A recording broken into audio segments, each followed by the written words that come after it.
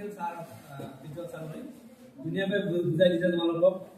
ঘটনাটো হৈছে এই কথাটো এইটোই যে জনজাতিৰ ওপৰত মানে এছে লিখিব লাগে মই তোমালোকক অকমান সহজ কৰি দি আছো এয়া আছে কি বিষ্ণু প্ৰসাদ ৰাভাৰ নাম সবে শুনিছা না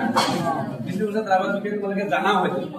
ইয়াৰ বিষয়ে ভালকৈ লিখিবও পাৰিছা হয় নাই তো বিষ্ণু প্ৰসাদ ৰাভা তোমালোকে এইটো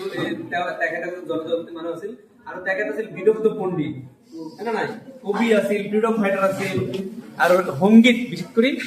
তেওঁ যেটো সংগীত সৃষ্টি কৰিছিল সেই সংগীতটোৰ তেওঁৰ নামেৰে নামকৰণ কৰা হৈছে ৰাভা সংগীত হয় নাই গতিকে বিষ্ণু প্ৰসাদ ৰাভাৰ বিষয়ে তোমালোকে ধুনীয়াকৈ লিখিব পাৰিবা মই এইটো তোমালোকক হিণ্টছ দিলো যে এইটো লিখিব পাৰিবা